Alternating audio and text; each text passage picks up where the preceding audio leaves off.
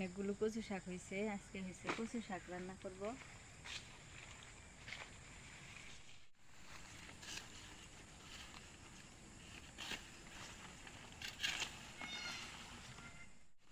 অল্প হয়েছে, অল্প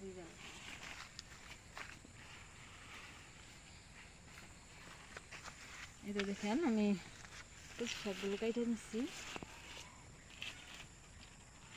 আজকে এগুলো রান্না করা হবে।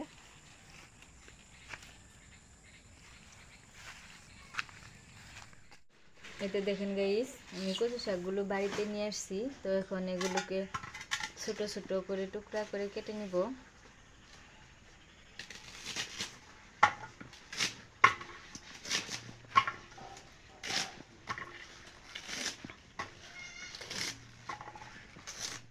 আমি সবগুলা কচু টুকরা টুকরা করে কেটে নিছি, সুন্দর করে কেটে নিছি।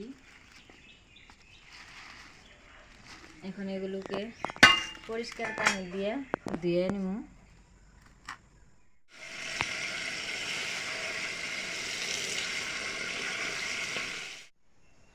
তো এটা দেখেন আমি কচুগুলো ভালো করে ধুয়ে নিছি। এখন সিদ্ধ বসাই দিব।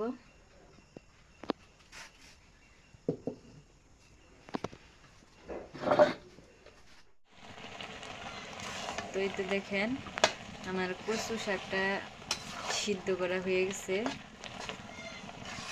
এখন আমি এটাকে এক জায়গায় নামাই নিব।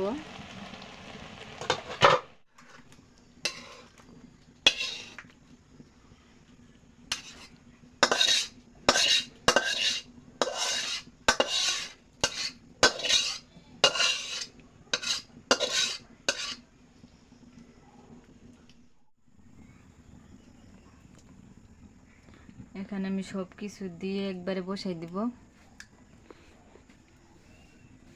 কচু শাক রান্না করতে গেলে কিন্তু গরুর মাংসের মশলা লাগে। তো আমি প্রথমে তেজপাতা, দারুচিনি আর এলাচ দিয়ে দিলাম। তারপর আমি একটু কালো জিরা দিয়ে দিব। কালো জিরা দিলে অনেকটা বাসনা করে, তার জন্য। তো এর মধ্যে আমি পেঁয়াজ আর মরিচ দিয়ে ভালো মতন দিয়ে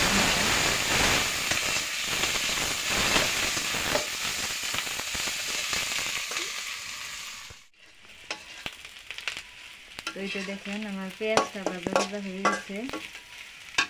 এখন অল্প একটু পানি দিয়ে দিব।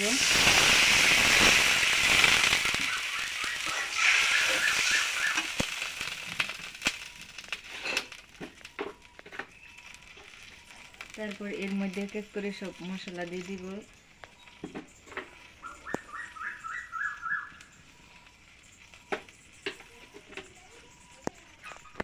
তো এই তো দেখেন মশলাটা কষাই নেওয়া হয়ে গেছে। এখন আমি কচুটা এর মধ্যে দিয়ে দিব।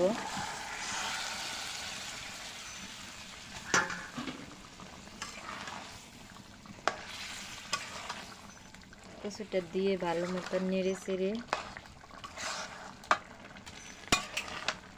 তারপর কিছুক্ষণ জাল করব।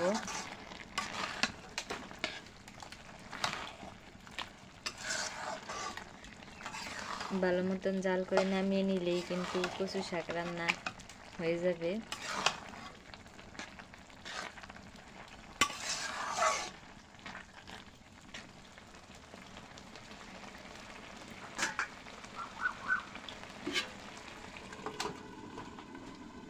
তো আপনাদের যদি আমাদের ভিডিওটা ভালো লাগে অবশ্যই একটা লাইক করে দিবেন।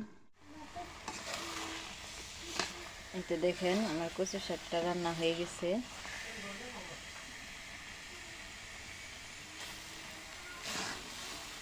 এখন আমি এটাকে নামিয়ে নিব।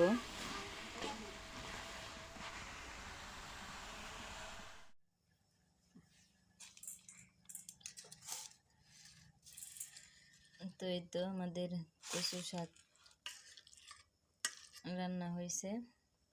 তো এখন খেয়ে দেখবো কেমন হয়েছে।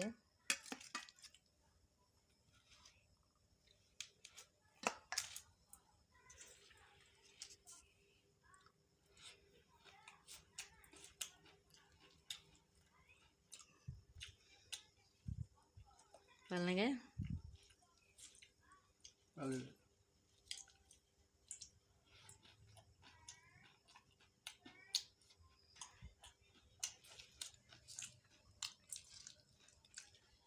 তো আমাদের আজকের ভিডিওটা এ পর্যন্তই। সবাই ভালো থাকবেন, সুস্থ থাকবেন। আল্লাহ হাফেজ।